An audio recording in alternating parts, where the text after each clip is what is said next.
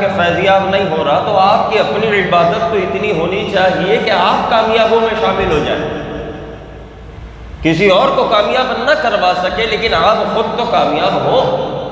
اب اگر یہ بھی نہیں ہے کہ اعمال ایسے بھی نہیں ہے کہ خود کو کامیاب کیا جائے تو بس یہی دلوں کا پتھر ہو جانا ہے، کیونکہ اللہ رب العزت نے جس انداز میں کلام چلایا ہے تو فرمایا کہ ان کے دل سخت ہو گئے پتھر کی طرح، بلکہ پتھر سے بھی زیادہ، کیونکہ پتھروں میں بھی بعض وہ ہیں جو لوگوں کو فائدہ پہنچاتے ہیں اور بعض وہ ہیں کہ جو اپنا تو فائدہ کر ہی جاتے ہیں، خشیت الہی سے وہ پھٹ جاتے ہیں۔ تو یہاں انسان کی بات کرتے کرتے اللہ تبارک و تعالیٰ نے پتھر کی مثال دے کر کے یہ ارشاد فرمایا ہے کہ ان تین قسموں میں تم ہو تو ٹھیک ہے، ورنہ تمہارے دل پتھر ہو رہے ہیں۔ اور دلوں کا پتھر ہو جانا کب ہوتا ہے؟ یہ اللہ رب العزت کی ناراضگی سے ہوتا ہے۔ پچھلی قوموں میں بعض قومیں وہ گزری ہیں جن کے چہروں کو مسخ کر دیا گیا، بندر بنا دیا، خنزیر بنا دیا، چہرے بدل دیے، ماتھے پر پیشانی پر داغ لگا دیا گناہ کا۔ اللہ کے رسول صلی اللہ علیہ وسلم فرماتے ہیں اللہ نے میری امت کو اس سے محفوظ رکھا ہے، پوری کی پوری امت زمین میں دھس جائے، اجتماعی عذاب آ جائے، اللہ نے محفوظ رکھا، چہرے بگاڑ دیے جائیں اجتماعی طور پر، اللہ تعالیٰ نے اس چیز کو محفوظ رکھا، اس چیز سے محفوظ رکھا۔ تو جب ہم نے یہ بات سنی تو ہم بے فکر ہو گئے کہ ہمارے تو چہرے بگڑنے والے نہیں ہیں، اللہ کے رسول نے بتا دیا ہے کہ اللہ نے ہم پر یہ رحم کیا ہے کہ ہمارے چہرے نہیں بگڑتے ہیں، تو جتنے چاہے گناہ کرو، اب چہرے تو بگڑنے نہیں ہیں، چہروں کا نور سلامت رہے گا، چمک سلامت رہے گی، اور ہم زمین میں نہیں دھسائے جائیں گے اجتماعی طور پر۔ لہذا جو گناہ چاہے کرو، اللہ کا عذاب تو آنا نہیں ہے اجتماعی۔ تو یہ یاد رکھو کہ اللہ کا عذاب اس دنیا میں اجتماعی نہیں آنا ہے لیکن انفرادی آ سکتا ہے۔ دوسری بات، چلو اس دنیا میں اللہ نے رحمۃ للعالمین کے صدقے سے محفوظ فرما دیا، لیکن آخرت میں تو اللہ کی بادشاہی کا ظہور ہوگا اور اللہ تبارک و تعالیٰ کے جلال کا اظہار ہوگا، تو وہاں پر تو ہم نے جناب وہ معاملہ برتنا ہی ہے۔ تو لہذا اپنے دلوں کو درست کریں تاکہ ہمارے اعمال درست ہوں۔ آج ہمارے اعمال درست اس لیے نہیں ہو رہے کیونکہ ہمارے دل درست نہیں، ہمارے دل سیدھے نہیں۔ تو بزرگوں نے فرمایا، صوفیہ کرام نے،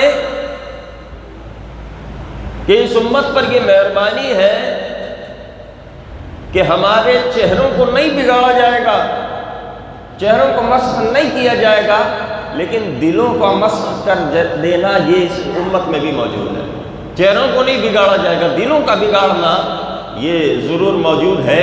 چہروں کے بگاڑنے سے محفوظ فرمایا، دلوں کے بگڑنے سے محفوظ نہیں فرمایا۔ اور دلوں کا بگڑنا، دلوں کا مسخ ہو جانا کیا ہے؟ فرمایا دلوں کا پتھر ہو جانا ہی دلوں کا مسخ ہو جانا ہے۔ تو آج ہمارے اعمال درست کیوں نہیں ہو رہے؟ کیونکہ ہمارے دل درست نہیں ہے، اور دل درست اس لیے نہیں ہے کیونکہ دلوں میں نرمی نہیں ہے۔ آپ دیکھیں نا، نرمی کیا ہوتی ہے کہ جناب کسی کی تکلیف سے تکلیف ہو تو کیا ہمیں کسی کی تکلیف دیکھ کر کے تو ہمارے دل کو تکلیف ہوتی ہے، احساس ہوتا ہے؟ نہیں ہوتا۔ آج جو فلسطین کا حال ہے تو ٹھیک ہے، ہم پوسٹنگ کی حد تک، ہم گفتگو کی حد تک ساتھ ہیں، لیکن کیا ہماری خوشیوں میں کوئی فرق آیا؟ خوشی دل کے ارادے کی بات کر رہا ہوں، دل کی کیفیت کی بات کر رہا ہوں۔ جو رسم و رواج نبھانے وہ تو نبھانے، مطلب یہ نہیں کہ شادیاں روک دو، تقریبات روک دو۔ بات یہ ہے کہ ہمارے اپنے کے ساتھ کوئی حادثہ ہو جائے تو ہماری خوشی پھیکی پڑ جاتی ہے، ہماری مسکراہٹ پھیکی پڑ جاتی ہے۔ دنیا کو دکھانے کے لیے مسکراتے ہیں لیکن اندر سے بالکل بے رونق ہوتے ہیں۔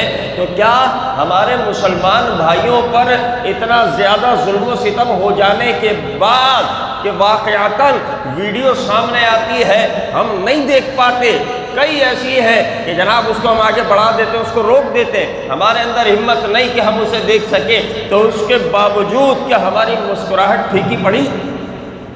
کیا ہماری خوشیاں پھیکی پڑی؟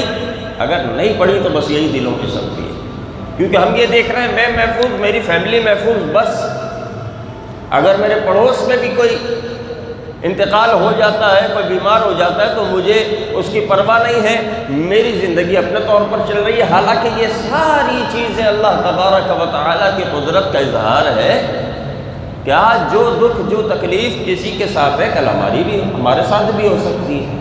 یہ لوگوں کا بیمار ہونا اسی لیے ہے، یہ جنازے اٹھنا اسی لیے ہے کہ تاکہ یہ جو جنازوں میں شرکت کرنا اور شرکت کرنے کی اتنی زیادہ فضیلت بیان کرنا، اس کا ایک مقصد یہ ہے کہ تاکہ تم زیادہ سے زیادہ جنازوں میں شرکت کرو اور اس بات کا یقین کر لو کہ آج یہ جا رہا ہے، کل میں نے بھی جانا ہے۔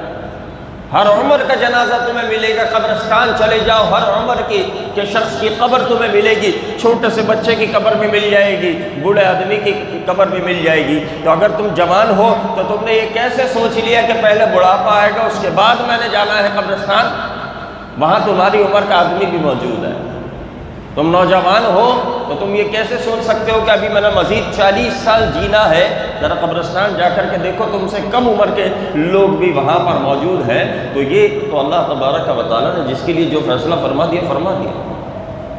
تو یہی ہے دلوں کی سختی کہ ہم نے اپنے آپ کو اوپر سے تو سنوارا، لیکن اس دل پر ہم محنت نہیں کر پائے۔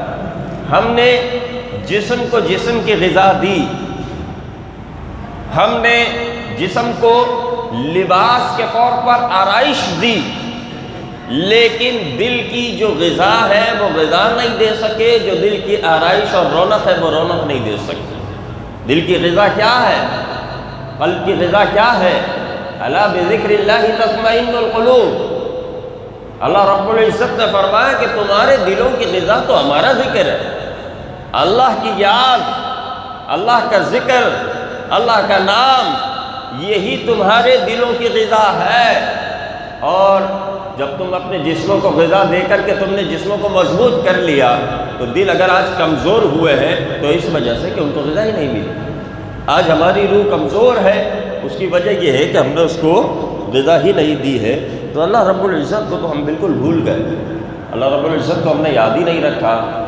آج ہم جتنا دنیا کرتے ہیں اس کے مقابلے میں اللہ تو بالکل بھی نہیں کرتے۔ اور اگر ہم اللہ رب العزت کی جانب بھی جاتے ہیں تو اسباب پر ہماری ساری توجہ ہوتی ہے، مسبب الاسباب کو تو ہم بھولے ہوئے ہوتے ہیں۔ تو یہ جتنے بھی اسباب ہیں یہ اللہ رب العزت کے حکم کن کے تابع ہے کہ اللہ تبارک و تعالی چاہے گا تو اسباب آپ کی قدرت میں آئیں گے، اللہ نہیں چاہے گا تو نہیں آئیں گے۔ کوئی دنیا کا انسان، کوئی بڑی سے بڑی طاقت اللہ رب العزت کی مرضی اور رضا کے سامنے کچھ نہیں ہے۔ تو دلوں پر محنت کرنے سے دلوں کی نرمی آتی ہے، اور پھر جب دل نرم ہوتا ہے تو پھر کیا ہوتا ہے جناب؟ پھر اس کے بعد جو ہے اعمال جسم بھی اچھے کرتا ہے، اور اس کے بعد انسان جو ہے وہ نیکوں میں شامل ہو جاتا ہے۔ یہ جو اللہ رب العزت نے یہاں پہ ارشاد فرمایا نا کہ ان کے دل سخت ہو گئے، کس کے دل سخت ہو گئے؟ بنی اسرائیل کے۔ کب ہو گئے؟ پورا اللہ رب العزت نے ایک واقعہ بیان کیا، تقریباً 2 رکوع کا، اور اس کے بعد ارشاد فرمایا کہ اس کے بعد بھی ان کے دل سخت کے سخت ہی رہے۔ بنی اسرائیل کا معاملہ یہ ہوا کہ اللہ رب العزت نے ان پر ایک کے بعد ایک نعمتیں فرمائی۔ اللہ تعالیٰ خود بیان فرماتا ہے، یا بنی اسرائیل اذکروا نعمتی التی انعمت علیکم، بنی اسرائیل میری وہ نعمتیں یاد کرو جو میں نے تم پر کی ہے، اور وانی فضلتکم علی العالمین، ان نعمتوں میں ایک نعمت یہ بھی ہے کہ میں نے تمہیں اس وقت تمام جہان والوں پر فضیلت دی تھی، بنی اسرائیل کو، کہ ان بنی اسرائیل میں ہمارے انبیاء ہیں، اس بنی اسرائیل میں ہمارے رسول ہیں، اس بنی اسرائیل میں ہمارے اولیاء ہیں۔ سارے نیکوکار کا اجتماع جو ہوتا تھا وہ بنی اسرائیل میں ہوتا تھا۔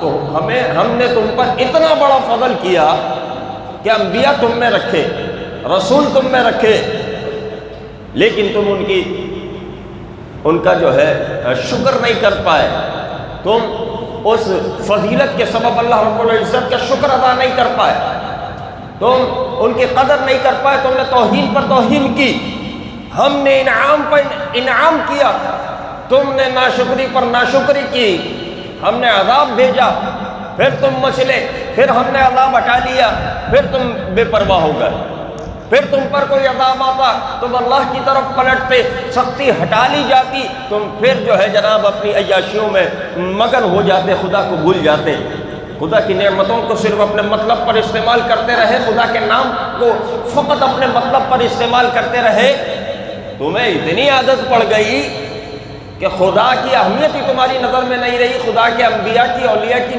اہمیت ہی تمہاری نظر میں نہیں رہی، اس کے احکام کی اہمیت تمہاری نظر میں نہیں رہی، تم صرف اپنے لیے جیتے رہے، تمہیں صرف اپنے دانے پانی کا ہوش رہا، اس کے علاوہ کسی چیز کا خیال نہیں رہا، تو تمہارے دل پتھر ہو گئے۔ اب بنی اسرائیل پر کیا کیا نعمتیں تھیں، یہاں تو گفتگو طویل ہے، 10 نعمتیں، 10 انعامات۔ پہلی چیز، تمام اہل زمانہ پر فضیلت کس بنا پر؟ ان کی نیکیوں پر نہیں، انبیاء تمہارے اندر ہیں، رسول تمہارے اندر ہے، اولیاء تمہارے اندر ہے۔ تو بنی اسرائیل میں تو انبیاء آتے تھے، انہوں نے ناشکری کی، اللہ تعالیٰ نے ان کے دلوں کو پتھر کر دیا۔ ہمارے اندر تو اولیاء آتے ہیں، انبیاء نہیں۔ بنی اسرائیل میں انبیاء اور رسول تھے، تو اس بنیاد پر ان کا انکار اور ان کی نافرمانی بھی قبول نہیں کی گئی۔ ہمارے اندر انبیاء نہیں آتے ہیں، ہمارے یہاں تو اولیاء آتے ہیں۔ ہم یہ سوچیں کہ جی غوث ہمارے اندر ہے تو ہم جو دل چاہے کرتے پھریں، ہم یہ سوچیں کہ جی قطب ہمارے اندر ہے، یا ہمارا رابطہ فلاں بزرگ سے ہے، ہمارا رابطہ فلاں بزرگ سے ہے تو ہم جو دل چاہے کرتے پھریں، ایسا نہیں۔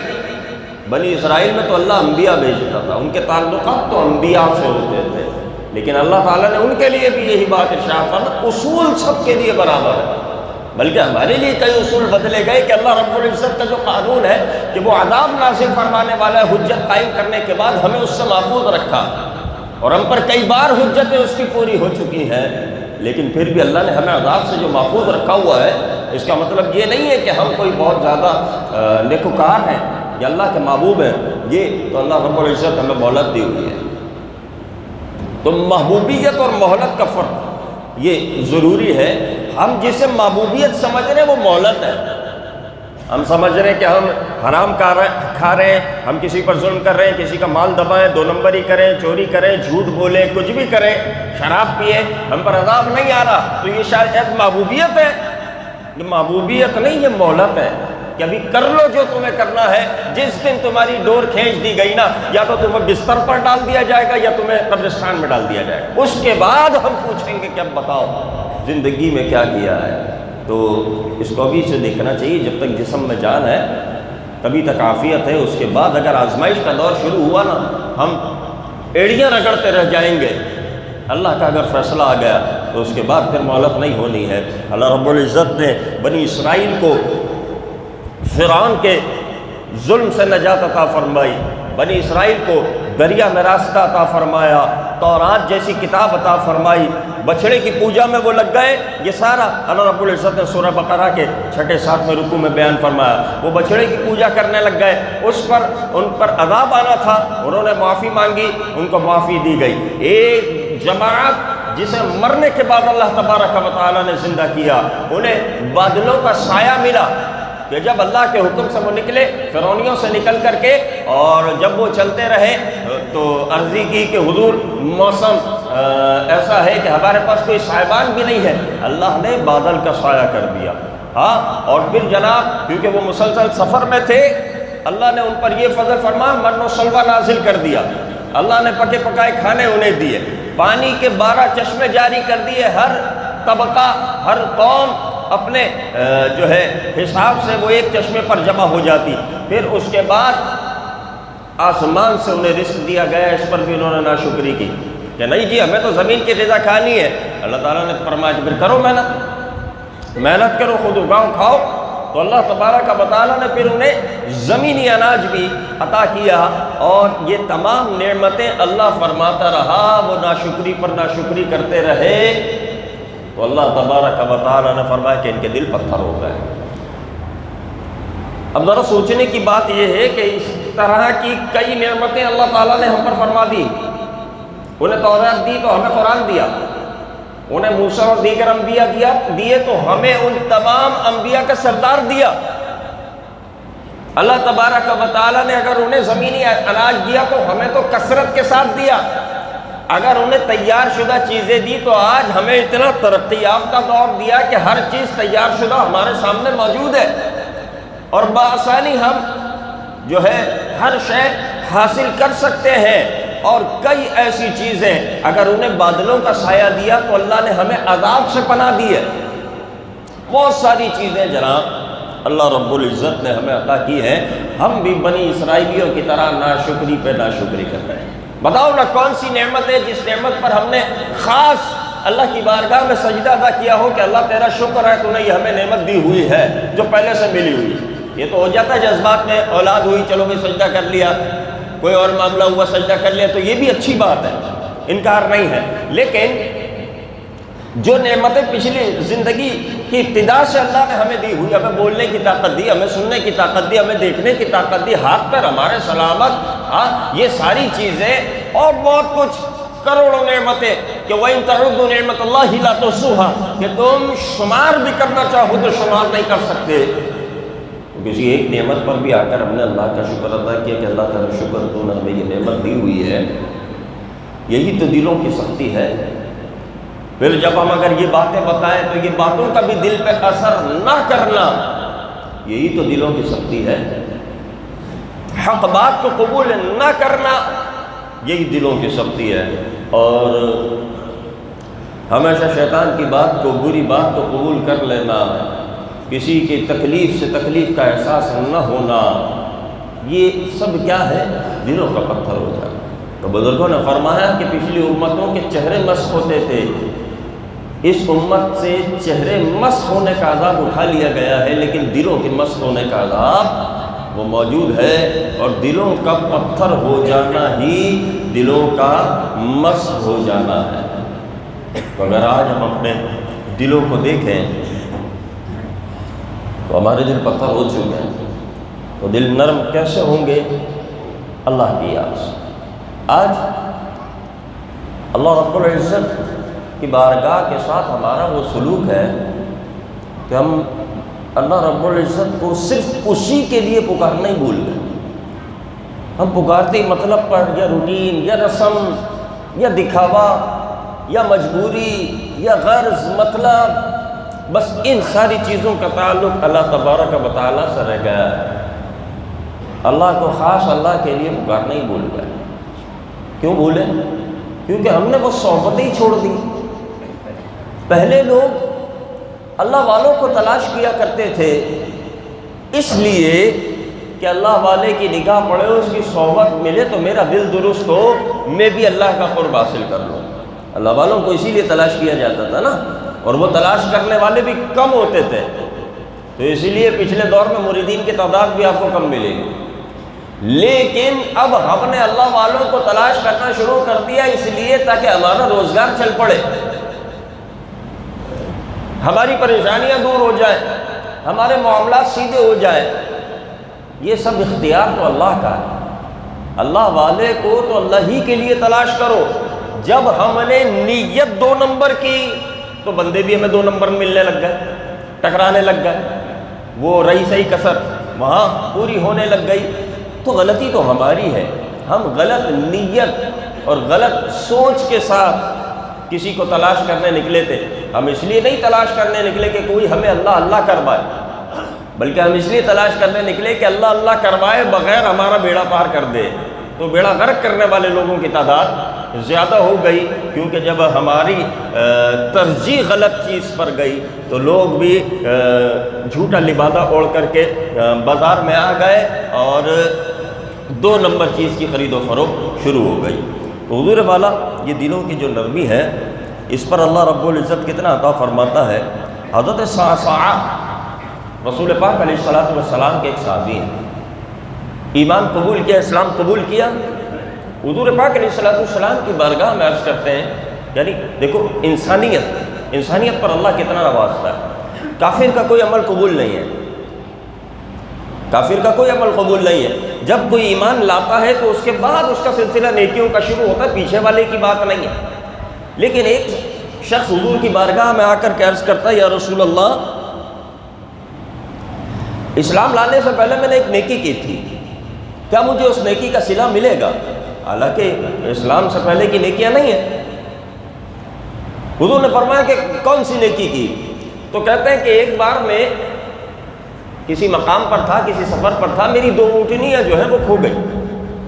3 اونٹنیاں میرے پاس تھیں، میں تیسری پر بیٹھ کر کے باقی 2 اونٹنیاں تلاش کر رہا تھا، اور وہ دونوں اونٹنیاں بھی حاملہ تھیں۔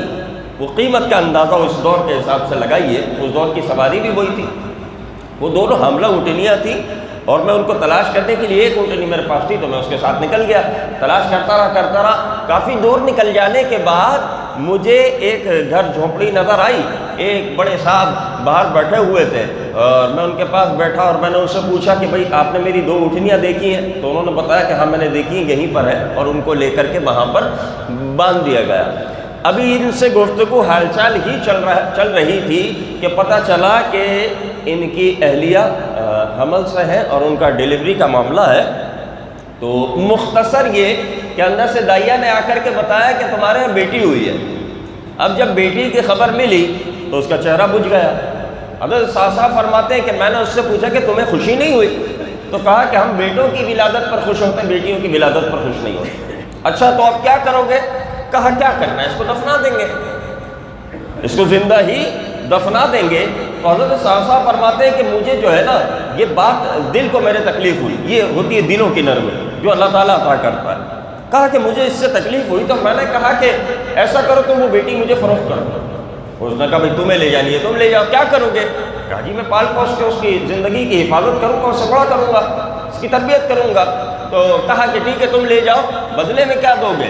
تو کہا کہ یہ جو دونوں اونٹنیاں ہیں نا جو حاملہ ہیں، بہت بڑی قیمت بنتی ہے اس دور کے حساب سے، کہا یہ دونوں رکھ لو، بچی مجھے دے دو۔ اس نے کہا نہیں 2 نہیں 3، جس پر بیٹھ کے آئے ہو وہ بھی دو۔ تو کہا کہ جی میں گھر تک کیسے جاؤں گا؟ تو اس نے ایک بندہ بھیجا، ان کو گھر پر چھوڑا، وہ تیسری اونٹنی بھی لے کر کے آ گیا۔ اچھا یہ امیر آدمی تھے، مال دولت ان کے پاس بہت تھا۔ وہ کہتے ہیں کہ میں نے جب اس بچی کی جان بچائی اور ایک بڑی رقم دے کر کے جان بچائی، تو میں نے اس بچی کی جب پرورش کی تو مجھے خوشی کا بہت زیادہ احساس ہوا، اور مجھے چسکا لگ گیا اس خوشی کا، مزہ لگ گیا مجھے اس نیکی کا۔ اب میں نے تلاش کر کر کے وہ بچیاں خریدنی شروع کر دی، جہاں بچی پیدا ہوتی اس قبیلے میں، ان قبیلوں میں کہ جو دفنا دیتے، تمام لوگ نہیں دفناتے تھے، بعض قبیلے تھے تو جو دفنا دیا کرتے تھے، میں ان سے رابطے میں رہنے لگا۔ جہاں کوئی بچی پیدا ہوتی 3 اونٹنیاں یا اس کی قیمت دے کر کے میں اس بچی کو لے لیتا اور اس بچی کی اپنے آپ پرورش کرتا، کسی سے کچھ نہیں مانگ رہا، میں اپنے طور پر ان بچیوں کو پالتا رہا، اور اس بچیوں کی برکت سے پھر اللہ نے مجھے مال بھی اتنا دیا کہ اتنی کثیر رقم خرچ کر کے میں نے اتنی بچیوں کی جان بچائی، اللہ نے میرے مال میں کمی نہیں کی۔ اور حضور اس طرح میں نے 360 بچیوں کو بچایا، 360 بچیوں کو میں نے بچایا ہے اور ان کی تربیت کی ہے، اور اس پر مال الگ خرچ ہوا، اور میں پھر ان کے نکاح کرتا رہا، شادیاں کرتا رہا، پالتا رہا، تو ایک زندگی کا ایک طویل عرصہ اس میں گزرا۔ حضور کا اس نیکی کا اجر ملے گا۔ حضور پاک علیہ الصلوۃ والسلام فرماتے ہیں کہ ساتھ تجھے اللہ تعالیٰ اس نیکی کا بھی اجر دے گا، اگرچہ وہ اسلام لانے سے قبل کی تھی، لیکن اللہ تعالیٰ تجھے اس کا بھی اجر دے گا، اللہ اس پر بھی تجھے اپنی رضا عطا فرمائے گا۔ بلکہ ہو یہ سکتا ہے کہ اللہ تعالیٰ نے اسی سے راضی ہو کر حضرت صعصعہ کو کائنات کی سب سے بڑی دولت عطا کر دی ہو کہ انہیں صحابیت کا اور مومن کا درجہ دے دیا۔ تو بعض نیکیاں وہ ہوتی ہیں صاحب کہ جو کسی مطلب سے نہیں کی جاتی ہیں۔ اب ایک چھوٹی سی بچی، نومولود بچی ہے، وہ کیا فائدہ دے دے گی؟ اس کو تو خدمت کے قابل ہونے میں بھی برسوں چاہیے، لیکن بغیر یہ بات سوچے کہ جی کوئی فائدہ ہوگا، بس انہوں نے جذبات میں آ کر ایک بار وہ نیکی کی تو کہتا ہے مجھے اس نیکی کا مزہ لگ گیا، پھر میں ہر بار 360 بچیوں کی کہا کہ میں نے جان بچائی ہے۔ تو بعض نیکیاں وہ ہوتی ہیں جن کا مزہ لگ جاتا ہے، چسکا لگ جاتا ہے، لیکن خدا کے لیے تو ہو، ہمارا تو ہر کام مطلب کے لیے، ہر کام دنیا داری کے لیے، تو نتیجہ ہمارے سامنے کہ آج ہم اللہ تبارک و تعالیٰ سے اتنا دور ہو گئے کہ ہم سے اپنا نام لینے کی توفیق ہی جناب چھین لی ہے۔ یہ جو اللہ کا نام لینا، اللہ کا ذکر کرنا، یہ سب کیا ہے؟ اس کی دی ہوئی توفیق ہوتی ہے، ہمارا آپ کا کمال نہیں ہوتا ہے۔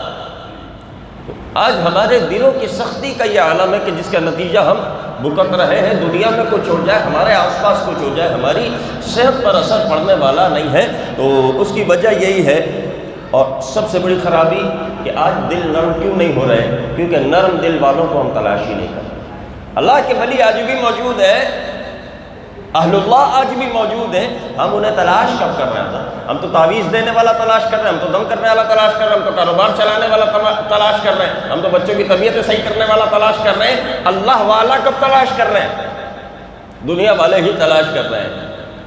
تو جس دن اللہ والا تلاش کرنے کے ارادے سے گھر سے نکلیں گے تو انشاءاللہ اللہ تبارک و تعالیٰ اپنے کسی دوست سے ملوا بھی دے، بشرطے کہ نیت درست ہو، بشرطے کہ ارادے درست ہوں، بشرطے کہ خدا تک جانا بھی چاہے۔ اگر جانا ہی نہیں ہے، جانا ہی دنیا تک ہے، تو پھر خدا کی طرف سے آنے والے عذابوں کا شکوہ نہ کریں، ہم خود اس کے مجرم ہیں۔ تو غلطی ہماری ہی جانب سے ہے، اور ایک انسان کا کام ہوتا ہے بتانا، عمل کروانا کسی کی ذمہ داری نہیں ہوتی، صرف بتانا ہوتا ہے۔ تو پہلے بھی بتاتے رہیں گے باتیں، آج بھی بتا رہے ہیں، آئندہ بھی بتاتے رہیں گے۔ تھوڑا سنبھلیے، بہت نوسطیں آ گئی ہیں ہمارے اپنے اعمال کی، تھوڑا سنبھلیے، تھوڑا خیال کیجئے۔